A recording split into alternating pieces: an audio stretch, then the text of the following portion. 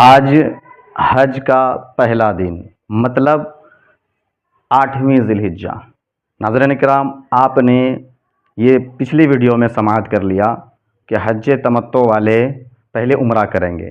उसमें आपने उम्रा का तरीक़ा देख लिया और हज तमत्तो किसे कहते हैं उसे भी देख लिया। अगर नहीं देखा हो आपने तो डिस्क्रिप्शन में क्या है, लिंक है, आप उस पर जा कर के पहले वो वाला वीडियो देख लें। इंशाल्लाह वो लिंक पार्ट बाय पार्ट है आपका, आप देखते रहें, वहीं से आपको ये होगा। तो आज आपने उस दिन देखा कि हज का पहला दिन 8वीं ज़िलहिज्जा मतलब 8 ज़िलहिज्जा ये हज का पहला दिन है। अब आज आप मिना में जाएंगे। मिना मतलब टूर वाले आपको 7वें और 8वें के दरमियानी वाली रात ही में लेकर के चले जाते हैं। मिना पहुंच गए। मिना मस्जिद हराम से जो है, मस्जिद हराम से तकरीबन 5 किलोमीटर की दूरी पर है। 5 किलोमीटर है ना, 5 किलोमीटर डिस्टेंस इसका जो है दूरी है 5 किलोमीटर है। अब आप सवारी से भी जा सकते हैं, अगर पैदल है तो पैदल भी जा सकते हैं, लेकिन सवारी चलती है वहाँ।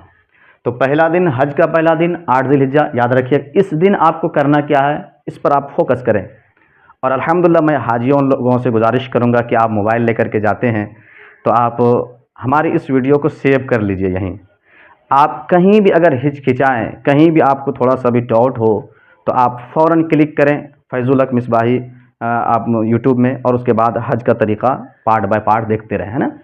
तो आज 8वीं ज़िलहिज्जा है। आज के दिन ज़ोहर, असर, मगरिब और इशा और 9वीं ज़िलहिज्जा की फ़जर की नमाज मिना में अदा करना है। मतलब 1 वक्त, 2 वक्त, 3 वक्त, 4 वक्त, 5 वक्त की नमाज ज़ोहर से लेकर के 9वीं ज़िलहिज्जा की फ़जर की नमाज आपको मिना में अदा करना है। ये आपका पूरा दिन 8 ज़िलहिज्जा का यहाँ मेकअप हो गया, कंप्लीट हो गया। अब चलते हैं हज का दूसरा दिन।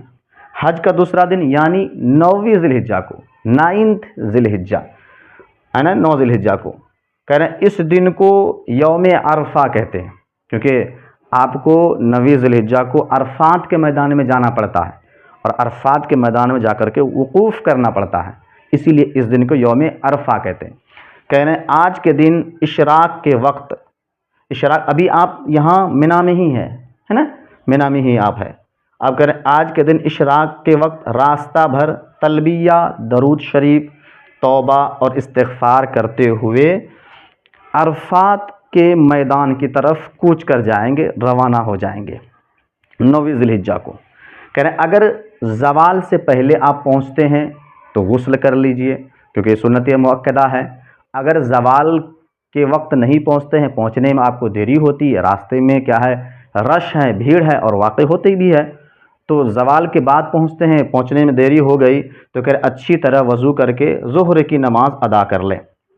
ज़ोहर की नमाज़ अदा करने के बाद अब आपको वक़ूफ़ अरफात करना है, जो मेन है हज के अरकानों में से, है ना। वक़ूफ़ अरफात करना मतलब खुले आसमान के नीचे आपको ठहरना और खूब दुआ करना है, खूब दुआ करना। ये बड़ी सादत की बात है, ये हमारे लिए कितनी बड़ी सादत की बात है। आप वहाँ पहुँच रहे हैं जहाँ ऐसी जगह जहाँ हुजूर का दयार है, जहाँ अल्लाह के घर आप जा रहे हैं ना, तो वहाँ खूब खूब दुआ करें। कह रहे मैदान अरफात में ज़ोहर की नमाज ज़ोहर के वक्त, असर की नमाज असर के वक्त अपने खेमों में सुन्नी अइम्मा की इक़्तिदा में बाजमात अदा करें। अगर जमात के साथ अदा नहीं कर सक रहे हैं तो आप फ़र्दन तनहा में भी क्या है अदा कर सकते हैं अपने।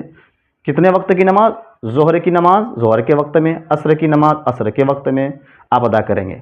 अब कह रहे हैं गुरूब आफ्ताब के थोड़ी देर बाद, यानी सूरज ढलने के थोड़ी देर बाद मगरिब की नमाज अदा किए बग़ैर तलबिया कहते हुए, दरूद शरीफ पढ़ते हुए, दुआ करते हुए अरफात से मुज़दलिफ़ा की तरफ रवाना हो जाएंगे। अरफात से क्या है, मुज़दलिफ़ा की तरफ रवाना हो जाएंगे।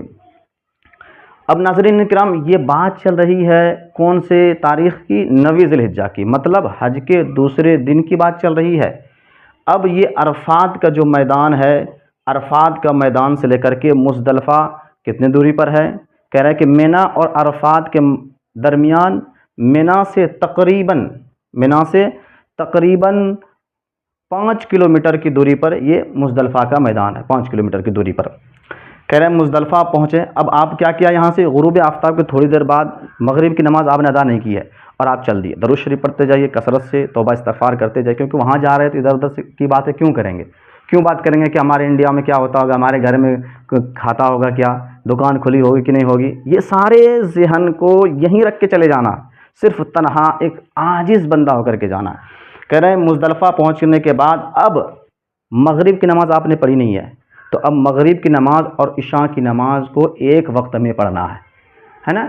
इशा के वक्त में ही आपको मगरिब की नमाज़ पढ़ना है। जमात के साथ अगर आप पढ़ रहे हैं तो पहले क्या है, मगरिब की इकामत करेंगे, मगरिब की नमाज़ पढ़ने के बाद फ़ौरन इशा की इकामत कहेंगे। अब उसके बाद पहले मगरिब की सुन्नत अदा करेंगे और फिर इशा की सुन्नत अदा करेंगे। ये हो गया। कह रहे हैं कि ये रात हाजियों के लिए शब कदर से भी ज़्यादा अफजल है, तो इसलिए जहाँ तक हो सके आराम कम करें और अल्लाह की इबादत करें, तस्बीह व तहलील करें। कह रहे हैं फ़जर की नमाज के लिए जल्द जाग जाना है और अव्वले वक्त में फ़जर की नमाज जमात से अदा कर लेंगे। किस दिन, दूसरे दिन की बात चल रही है, 9वीं ज़िलहिज्जा के, है ना। उसके बाद कह रहे हैं फ़जर की नमाज के लिए जल्द बेदार हो जाएंगे, अव्वले वक्त में, पहले वक्त में फ़जर की नमाज जमात से अदा कर लेंगे, तन्हा भी अगर नहीं जमात हो रही।